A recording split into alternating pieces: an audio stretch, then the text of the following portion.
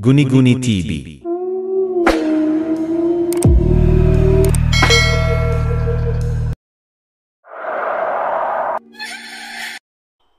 Magandang araw po sa inyong lahat. Sana maibigan niyo ang kwentong ibabahagi ko sa inyo. Sa baryo ng San Vicente, ang gabi ay tahimik at madilim. Ang mga tao ay sanay sa simpleng buhay. Ang ilan ay nagbubukid habang ang iba ay namumuhay sa pamamagitan ng pangingisda. Ngunit ang kanilang payapang pamumuhay ay biglang napalitan ng takot nang magsimula ang kakaibang pangyayari. Tuwing sasapit ang 12:00 ng gabi, maririnig ang nakalulunos na iyak ng isang sanggol mula sa kakahuyan.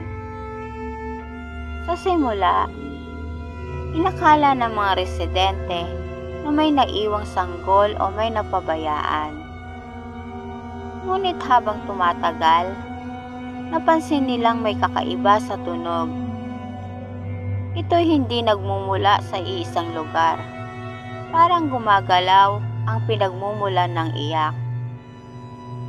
Isang gabi, si Aling Celia, ang matandang manggaganchilyo, ang unang nakakita ng nilalang. Habang nagkukumpuni siya ng damit malapit sa kanyang bintana, narinig niya ang iyak ng isang sanggol sa likod ng kanyang bahay.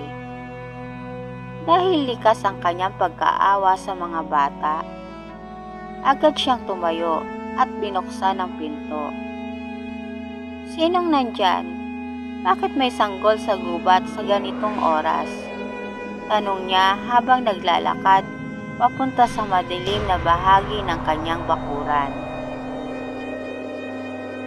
Sa gitna ng damuhan, nakita niya ang sanggol na nakabalot sa puting kumot.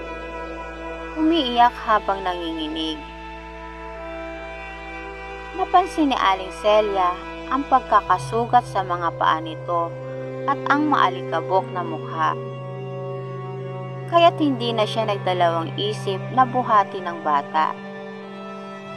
Ngunit nang buhatin niya to, tumigil sa pag-iyak ang sanggol. Dahan-dahan itong tumingin sa kanya at ngumiti. Ang ngiti ay hindi ngiti ng inosenteng bata.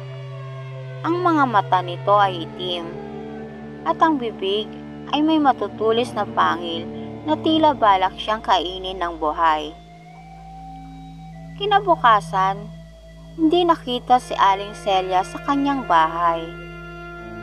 Natagpuan siya ng mga residente sa gilid ng kakahuyan, walang malay at tila nawalan ng dugo.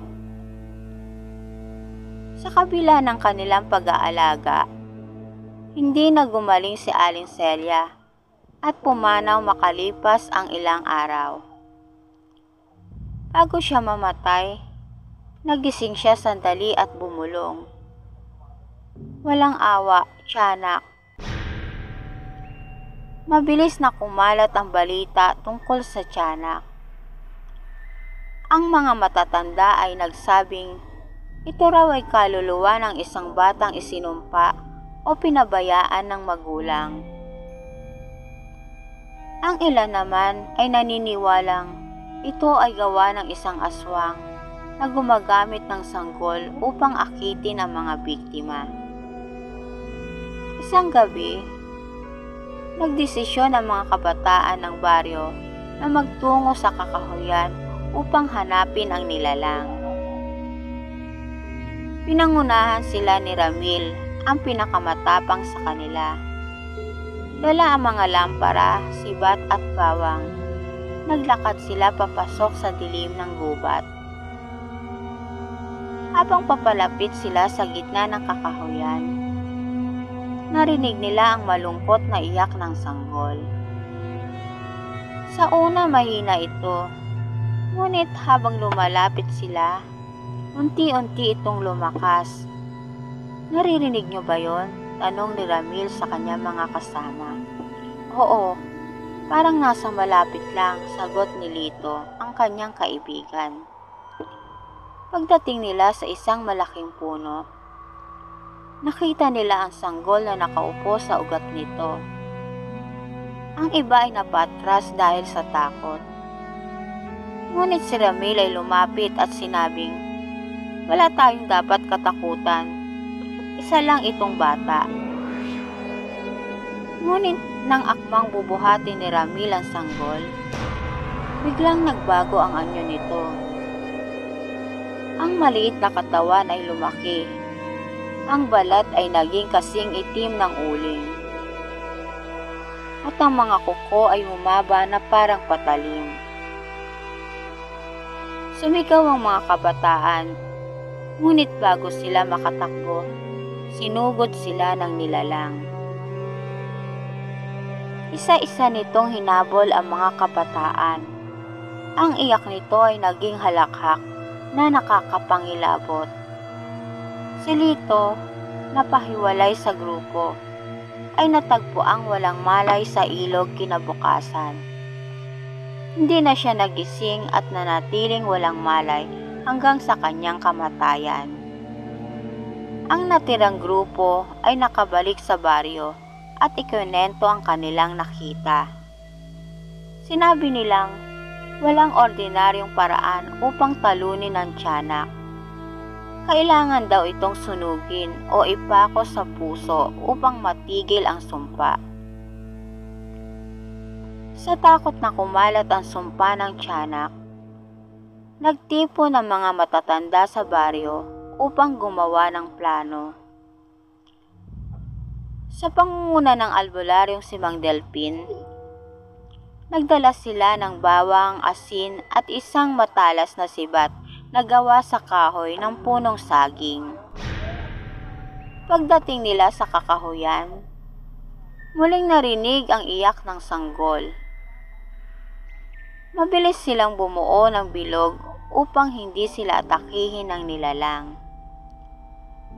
Sa gitna ng bilog, inilagay ni Mang Delpin ang sibat at sinunog ang ilang halamang gamot upang itaboy ang tiyanak. Lumabas ang nilalang mula sa dilim. Ang mga mata nito'y nag-aapoy habang nakatingin sa kanila. Sa kabila ng takot, inihagis ni Mang Delpin ang sibat sa nilalang. Tumama ito sa puso ng tiyanak. Nagpalakas ito ng sigaw bago naglaho sa apoy. Mula noon, hindi na narinig ang iyak ng sanggol sa kakahuyan.